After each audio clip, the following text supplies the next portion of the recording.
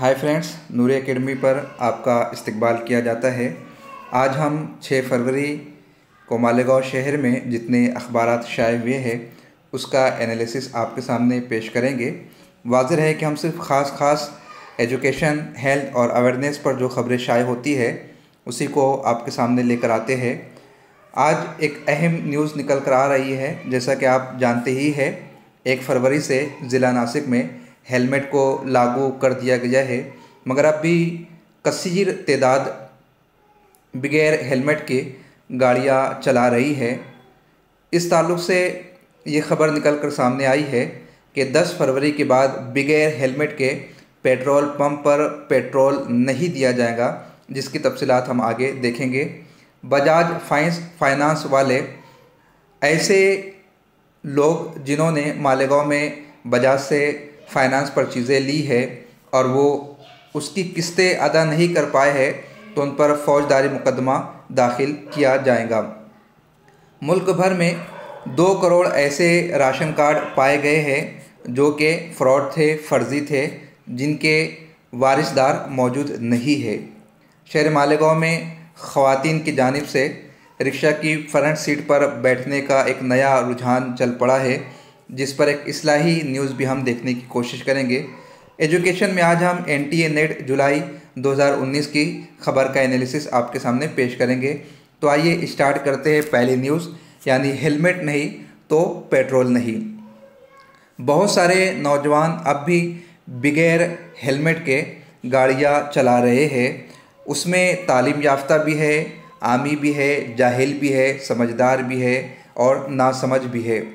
Camp side जितनी स्कूलें पाई जाती है, जितने कॉलेजेस पाई जाती है, वहाँ पर मैनेजमेंट की जानिब से एक सर्कुलर दिया गया कि हमारी संस्था में, हमारे अदारे में जितने भी टीचिंग और नॉन टीचिंग स्टाफ है, अगर वो बाइक का इस्तेमाल करते हैं तो उनके लिए मुल्की कानून की पासदारी करना ज़रूरी है और उन्हें हेलमेट पहनकर ही स्कूल में बाइक लानी होगी। यानी कि एक समझदार अच्छा कदम यहाँ पर कैंप साइड की स्कूलों और कॉलेजेस के मैनेजमेंट की जानिब से उठाया जा रहा है। क्या ही बेहतर होता कि ज़िला नासिक में जितने भी अदारे पाए जा रहे हैं उनमें भी इस तरह का सर्कुलर राइज किया जा रहा है। अभी बगैर हेलमेट के पकड़े जाने पर 500 रुपया जुर्माना लिया जा रहा है, लेकिन इसमें 9 तारीख के बाद इजाफा होने की गुंजाइश बाकी रही है। साथ ही जो पेट्रोल पंप के मालकान हैं उनको भी ये हिदायत दी जा रही है कि बगैर हेलमेट वालों को पेट्रोल नहीं दिया जाएगा। बजाज फाइनेंस पर जिन लोगों ने अशिया ख़रीदी है और वो उसकी किस्तें, उसकी रकम जो कि हर महीना अदा करनी होती है, वो अगर नहीं दे पा रहे हैं तो उनके ऊपर फ्रॉड यानी धोखाधड़ी का मुकदमा दाखिल किया जाएगा। और यहाँ पर बजाज फाइनेंस कंपनी की जानिब से ये भी गुजारिश की जा रही है कि मालेगांव में ऐसे बहुत सारे लोग हमें मिले हैं जो अपने कार्ड पर अपने दोस्त अहबाब को कोई ना कोई चीज़ निकाल कर दे देते थे, जैसे मोबाइल फ़ोन हो गया, फ्रिज हो गया, या ज़रूरत ज़िंदगी की कोई अशिया हो गई, कोई शय हो गई, और फिर वो दोस्त उसको माहाना बिल अदा नहीं करता, जिसकी वजह से जो फ्रॉड का केस है, जिसके नाम पर फाइनेंस का कार्ड है, उसके अगेंस्ट बन जाएगा। इसलिए यहाँ पर ये गुजारिश की गई है कि आप अपने कार्ड पर किसी और को कोई चीज़ इशू करवा कर ना दें। ऐसे वो अहबाब जो मोबाइल फ़ोन निकालते हैं और उसको कैश करवा लेते हैं, या कुछ सामान निकाल कर उसे कैश में बेच देते हैं और माहाना अदा करते हैं और वो उस किस्त को भी अदा करने में टाल मटोल कर रहे हैं, तो उनके खिलाफ फौजदारी मुकदमा दायर करने की बात कही जा रही है। पूरे मुल्क भर में 2 करोड़ राशन कार्ड जो कि नाअहल पाए जा रहे हैं। मरकज़ी व रियासती हुकूमतों ने मुल्क भर में राशन दुकानों पर फराम होने वाले अनाज के ताल्लुक़ से ठोस मनसूबाबंदी की और अनाज की कालाबाजारी न होने पाए, इसके लिए राशन कार्डों को आधार कार्ड से जोड़ा गया, जो कि यूनिक ID नंबर है। और इस तरह तकरीबन 4.5 साल में 2 करोड़ के आसपास राशन कार्ड नाअहल पाए जा रहे हैं। अगर आपके पास राशन कार्ड है और आपने अभी तक के राशन दुकान पर जाकर अपने घर वालों के आधार को अपडेट नहीं किया है, तो आप वो कर ले, वरना आपका राशन कार्ड भी इसी ज़ुमरे में शामिल कर लिया जाएगा। एक न्यूज़ ये बताई जा रही है कि महाराष्ट्र की बीजेपी क़यादत वाली हुकूमत ने जनवरी 2018 में मालेगांव शहर और देही इलाकों में बिजली सप्लाई में आसानी पैदा करने के लिए आईपीडी स्कीम नाफिज की थी और 42 करोड़ रुपये मशीनरी, ट्रांसफार्मर, कंडक्टर और सब स्टेशन बनाने के लिए मंजूर किया था।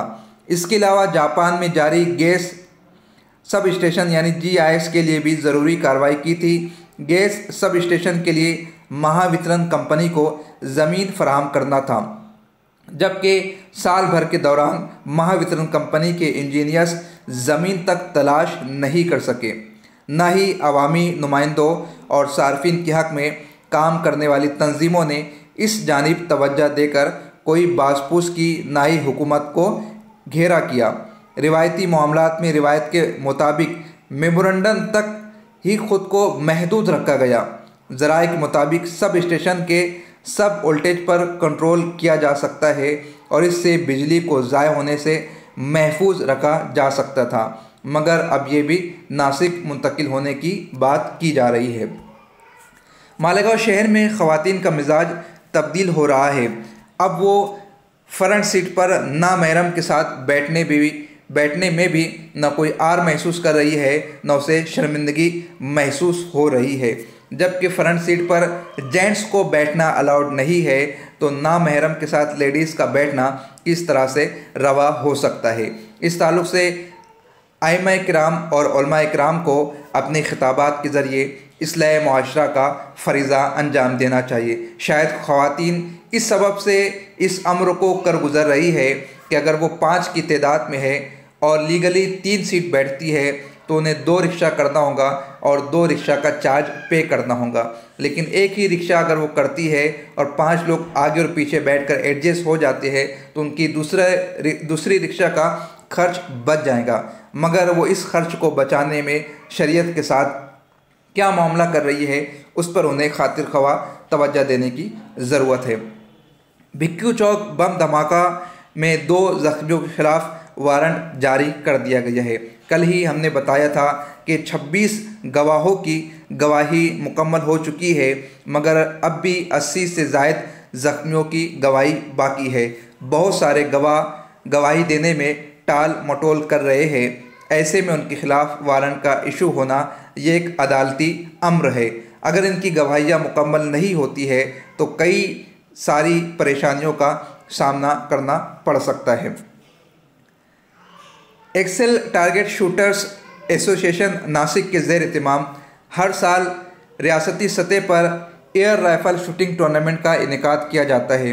इमसाल भी 25 से 27 जनवरी 2019 के दरमियान Excel cup 2019 Satpur MIDC Nashik में मुनक्किद किया गया था और हमारे लिए ये खुशाइन बात है कि हमारे शहर मालेगांव से ताल्लुक़ रखने वाले अनसब इस्माइल ने राइफ़ल शूटिंग में तीसरा मकाम हासिल किया है। यानी सलाहियतों की हमारे शहर में कोई कमी नहीं है, सिर्फ इतना है कि उनकी सही रहबरी होनी चाहिए, सही गाइडलाइन उन्हें मुयस्सर आनी चाहिए।